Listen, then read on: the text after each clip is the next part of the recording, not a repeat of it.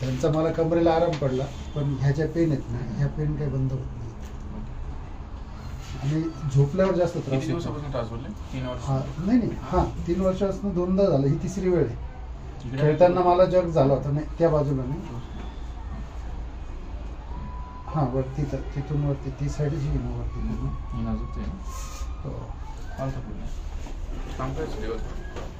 Contract buildership पूर्ण काम. आणि झोपेत म्हणजे सरकताना पण इथं पूर्ण ह्या थिपला आहे ना पूर्ण. मला चेक करत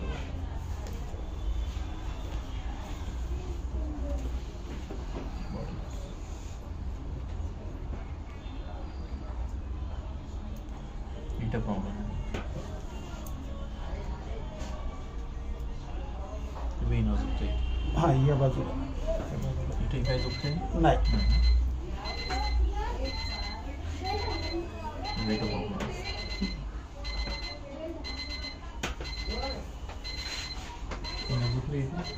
हो तिथून, हां तिथून पूर्ण ती साईड आहे ना. आता इकडे बघा तुमच्या कमरामध्ये इथे L4 L5 मध्ये बरोबर. आता या ठिकाणी गॅप पडून तुम्हाला झाले कमीत कमी 10 ते 15 वर्ष कमीत कमी. अच्छा. म्हणजे त्यावेळेस तुम्ही कमरावर पडले, झटका बसला, त्यावेळेस इथली जी डिक्स आहे ती वरून खाली सरकली. एवढं लॉंग पिरियड. हो हो. तर मला आता गेल्या 3 वर्षापासून त्रास झाला. पूर्ण ऐकून घ्या. आता डिक्स सरकल्यानंतर तुम्हाला पहिले फक्त चमक भरणं, टिच्चं भरणं असा प्रकार होत असेल. ते पण कधी हेवी काम केलं, झटका बसला, वजन उचलण्यात आलं तर ते पण 3 दिवसात गॅप होऊन गॅप पडल्यानंतर कोणत्याही पेशंटला जास्त त्रास होत नाही. चमक भरणे याच्या पलीकडे काही त्रास होत नाही जेव्हा डिक्स सरकतं. पण त्याच्यानंतर कालांतराने त्याच्यात कार्टिलेज घसलं जातं किंवा कार्टिलेज काढून बाहेर येतो, तसं त्याच्यानंतर त्रास सुरू होतो. आणि त्याच्यामध्ये पण प्रकार असो, first stage, second stage, third stage. आता जसं जसं कार्टिलेज घसलं गेलं, बाहेर यायला लागलं, तशी ही नस दबायला लागली. इथून पुढे सर्क्युलेशन कमरेला, खुब्याला, मांडीला, गुडघेला, पोटीला, टाचीला होतं. म्हणून तुमच्या कमरापासून डावा पाय दुखतो, जड पडतो, रग लागते, कळ लागते, मग येत जास्त चालता येत नाही, उभं राहता येत नाही, मांडी घालता येत नाही, गुडघ्याला नाही रग लागते. जास्त चालले, जास्त उभं राहिले किंवा जास्त मांडी घातली तर वजन नसेल तर तुमच्या पुढच्या 2 ते 5 वर्षात होईल तो प्रकार सुरू. स्टेप बाय स्टेप ते प्रकार वाढत जातो. तुम्हाला काय सांगितलं प्रकार असतो त्याचा, first stage, second stage, third stage. आता तुमचं सेकंड स्टेजलाच चाललंय. जेव्हा सेकंड स्टेजमधून थर्ड स्टेजला जातं तेव्हा ऑपरेशन सांगितलं जातं. असं याला 3 दिवसानंतर फरक पडेल, 10 दिवसानंतर बऱ्यापैकी कव्हर होईल. 1-2 सेटिंगमध्ये हा आजार बरा होत नाही. सगळ्यात महत्त्वाचा हा आजार परमनंटली बरा नाही होत. त्याच्या डॉक्टरांनी ऑर्थोपेडिक यांनी सांगितलंय. माझ्याकडे पण 80% रिकवर होईल, 20% हा मरेपर्यंत राहील. याच्यावरती परमनंटली इलाजासाठी किंवा जेवढं माझ्याकडे 80% होतं तेवढ्या याच्यासाठी पण कोणत्या डॉक्टरचं मेडिसिन तयार झाले का किंवा मेडिसिन नाही. याच्यावरती पण डॉक्टर फक्त तुम्हाला मल्टीविटामिन्स, कॅल्शियम, पेन किलर देतील किंवा दुसरं पुढं मग एक्सरसाइज सांगतील. याच्या पलीकडे काही नाही. पण याला प्रॉपर इलाज म्हणजे सेटलमेंट ट्रीटमेंट. म्हणजे आता तुमचं स्पायनल कॉर्डचं अलाइनमेंट बिघडलं, ते अलाइनमेंट होणं गरजेचं आहे. म्हणजे तुमची 4 व्हीलर आहे, त्याचं अलाइनमेंट बिघडलं, एखाद्या खड्ड्यातून गाडी आदळली, अलाइनमेंट बिघडतं. अलाइनमेंट बिघडल्यानंतर तुम्ही 5,000-10,000 किलोमीटर चाक जर रन झालं, सेटिंग जर करायच्या आत, अलाइनमेंट करायच्या आत, तर चाक बऱ्यापैकी घसलं जातं. घसून गेल्या नवीन चाक जरी टाकलं तर ते पण घसणार. बरोबर. तसं तुमचं स्पायनल कॉर्ड आहे, तुमचं अलाइनमेंट बिघडलं पण तुम्ही काय त्याच्या पेन किलर गोळ्याच खाताय, पण तुम्ही स्पायनल कॉर्ड सेटच नाही करत. म्हणून हा परमनंटली बरा नाही होते. तुम्ही म्हटले ना मागे 3 वर्षापूर्वी झालं, परत आता पण तिसरी वेळ. हां, पण हे तुमचं कायम रेडिकली महिन्या वर्षभरात ते कुठे तेव्हा तरी येतं. बरोबर. त्याचं कारण हेच की तुम्ही प्रॉपर ट्रीटमेंट नाही घेतली म्हणून. आता मी तुमची सेटिंग केल्यानंतर याला काही नियम आणि पत्ते. ज्या दिवशी तुम्ही मी सांगितलेले नियम तोडला त्याच्या 3ऱ्या दिवशी दुखणं चालू. हा जे नियम तुम्ही आयुष्यभर लक्षात ठेवला, मला मरेपर्यंत माझ्याकडे काही कोणत्याही डॉक्टरकडे जायची गरज नाही. ते नियम सांगतो. तुम्ही इथून पुढे पालताने झोपू शकत.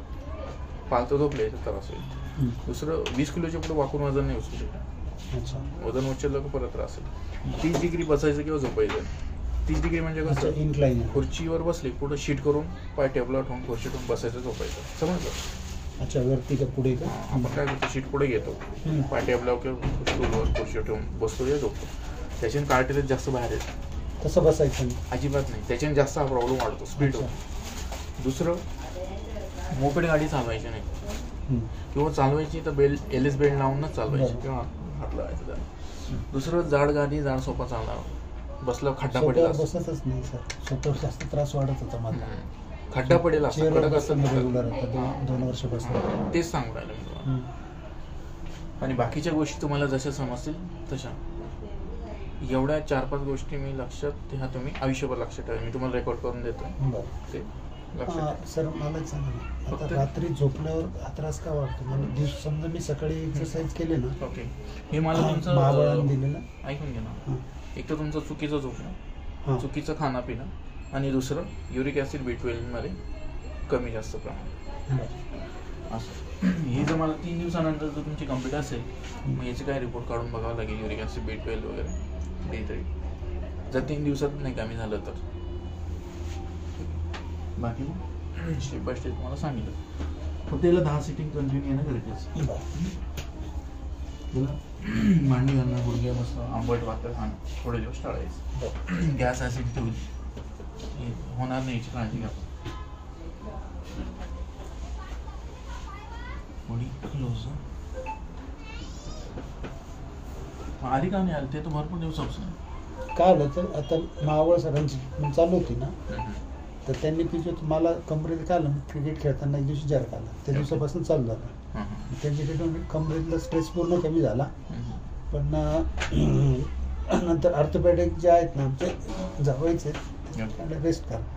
तर ॲक्च्युली रेस्ट काय झालं नाही माझ्याकडनं, थोडं कामाच्या ह्याच्यात ते थोडं वाढल्यानंतर परत मग आता 15 दिवस काय आलं, 15 दिवसापूर्वी MRI केला.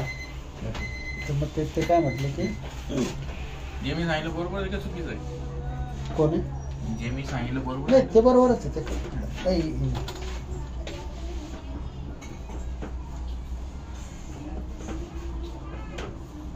बाकी हाताला मुंग्या वगैरे मग कुठेच आहेत नाही सर. नाही हात दुखणं कळलं नाही, असं. नाही. कुठंच नाही. सर्व पुढे करा अशी वेगळं ना आता खालचं पाय स्ट्रेट. जर तुम्ही आधी आलेच MRI MRI तर आता का कमी होत नाही एवढ्यासाठीच काढला.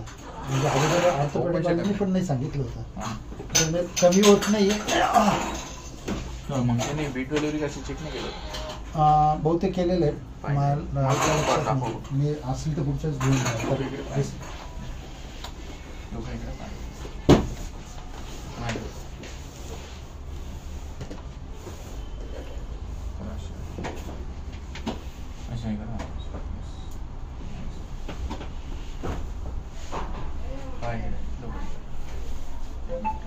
टावेल लावून घ्या वगैरे मला सांगा बरोबर.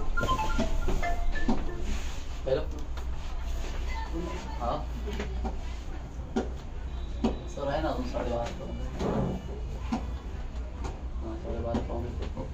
मगाशी कुठं किती मला पेन आधी पण हा पेन होत आहे. मगाशी सकाळी जेवढं मॉर्निंग उठून ते खूप पेन वाढलेलं असतं. रात्री झोपेत मग आता मी रुटीनला लागलो ना, मग ते पेन कमी होणार. मी एक्सरसाइज केली रुटीन, मला दिवसभर काही उभं राहिलं तेवढं जाणवत नाही, पण बसल्यानंतर झोपल्यानंतर खूप जाणवत. आता तेवढंच आहे का? हा इथे आहेत ना सर, ह्या बाजूला हा पोर्शन एवढा तिकडे होतं पाय पूर्ण पूर्ण पालतं. थोडंसं आसोजन निडल दे बरं मला 2.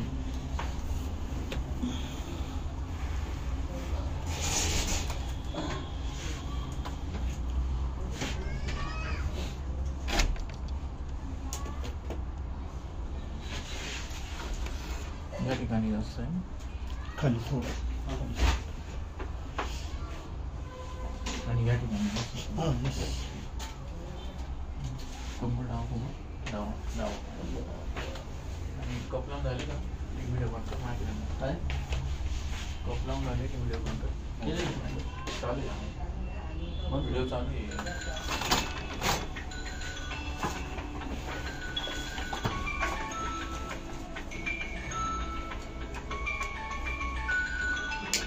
थोडंसं गरम लागेल ना, हलू नका. जायचं आहे का? आहे ना.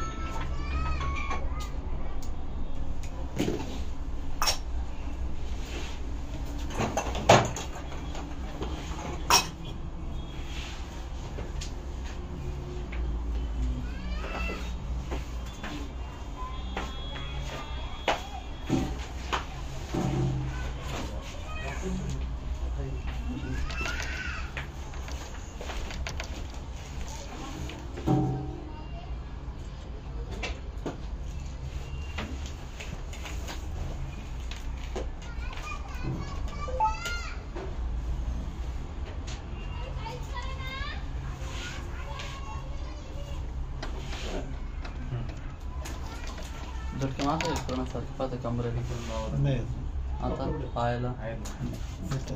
पाव काढून वापस वाढू नाही, ठीक आहे.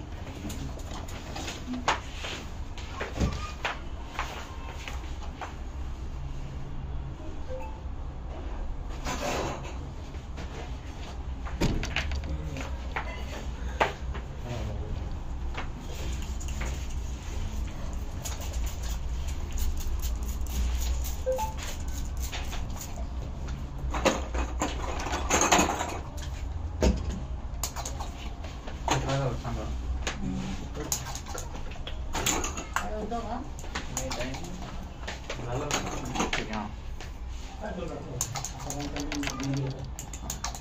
ठीक आहे. मी जरी केलं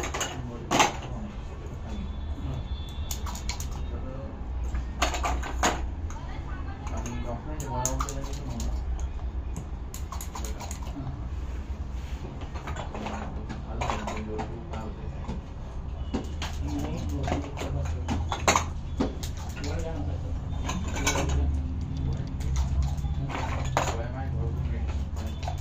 डॉक्टर चालू असेल ना एक